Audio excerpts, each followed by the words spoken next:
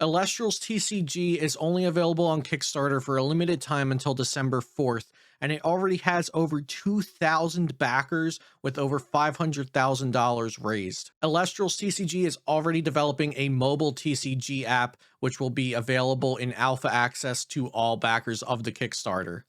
I've had an early look at Elestrals TCG for a little while now, and today I'm going to give you my top 5 cards from the base set. I think these 5 cards are going to be very powerful in competitive play. If this video intrigues you and you haven't learned how to play already, I highly suggest checking out the website. They have some great information about how to play, including video tutorials. Also, before jumping into my top 5, I want to give a huge thanks to Elestrals for sponsoring this video.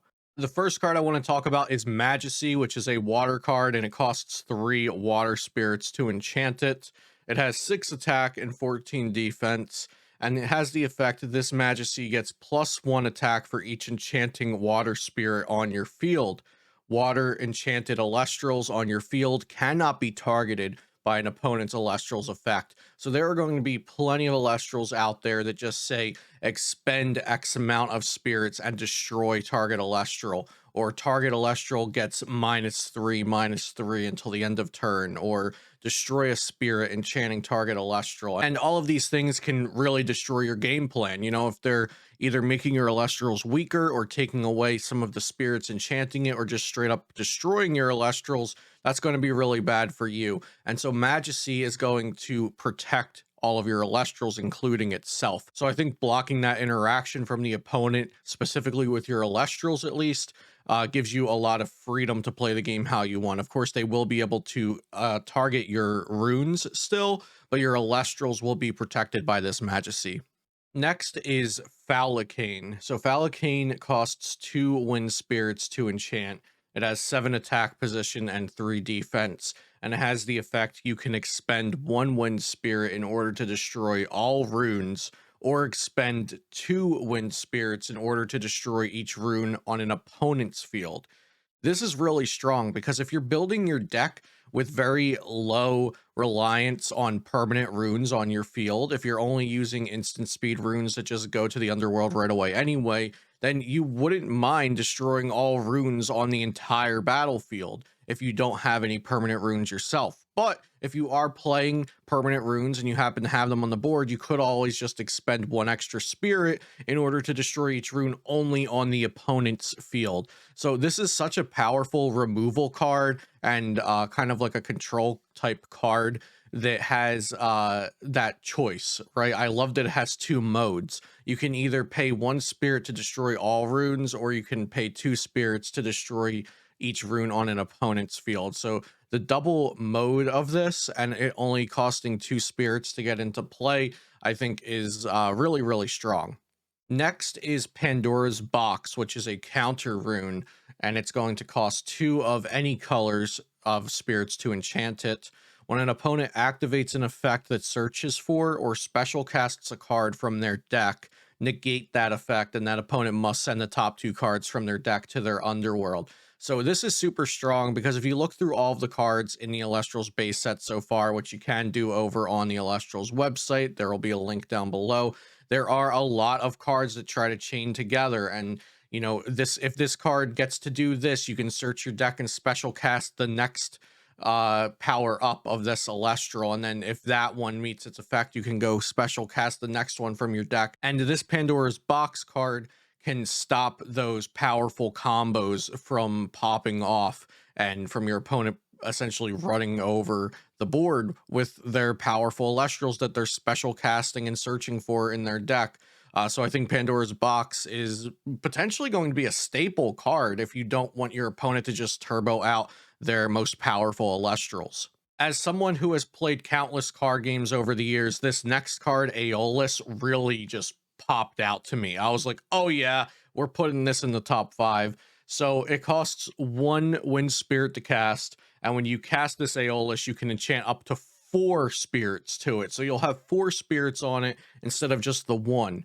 And then you can disenchant 2 wind spirits from this Aeolus at any time on your turn in order to search your deck for an Elestral with an enchantment cost of 1 wind spirit and add it to your hand. So this is an instant tutor for a specific 1-drop Elestral from your deck that you need. This is really, really good. And the thing that I love about this is that it's not overpowered in a game breaking way, right? Like, this isn't going to win you the game on turn 1 or anything, but it is going to consistently get you the specific 1-drop Elestral that you need from your deck if you didn't already have it in your hand. So, you know, this could be a flop. This could end up not being that strong in Elestrals, but in any other card game I played, a card similar to this would be incredibly good. So I am putting Aeolus in my top 5 because I think just that that targeted tutor for a 1-drop Elestral that you need is really, really powerful potentially. So I'm giving this one a shot. It's in my top 5. It immediately stuck out to me as a strong card. For number 5, I'm going to cheat a little bit because it's actually 5 cards for number 5. It is going to be the stadium cards that give you a +1/+1 aura effect, and there's one for each color. So there is Phallicane Forest, Atlantis, Mount Olympus, Island of Aeolia, and Volcanic Forge. These all work the exact same just for their specific color. Elestrals get +1 attack and +1 defense for each blank type of spirit enchanting them. So the fire for Volcanic, the wind for Aeolia, the thunder for Olympus, the water for Atlantis, and the earth for Phallicane Forest. These seem like pretty staple cards that any deck that is interested in powering up the stats of their Elestrals will want to play. Now, I'm sure there will be some strategies that are control or bursting down with runes that maybe don't care as much about the power of their Elestrals, but at least at the inception of this game, I think most strategies are going to revolve around making your Elestrals as powerful as they can be to destroy the opponent's Elestrals, and in kind of a beatdown fashion. So I think these stadium cards to give +1/+1 based on the spirits of the color's choice, I think these are going to be very strong for Elestrals. And I also want to hear from you guys. Take a look through the base set on the website and tell me what cards maybe I missed that you think are going to be very, very strong right off the bat. And if you're interested, you could check out the Kickstarter. I believe at the time of recording this video, there's almost $500,000 backing the Kickstarter, and A-Drive has also announced that they're starting development for a mobile TCG app for this game. So very exciting, very promising. I'm stoked on it. This video is sponsored, but my opinion is not. I promise I would not be selling you guys a game I didn't believe in.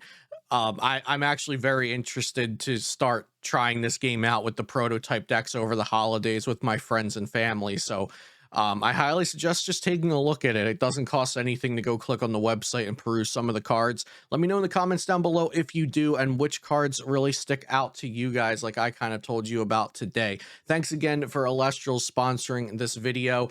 And thank you guys for watching. Be sure to subscribe to the channel for my daily Pokemon TCG content. Maybe one day we'll even be mixing more Elestrals into there. But yeah, thank you guys for watching, and I'll see you next time here on Celio's Network.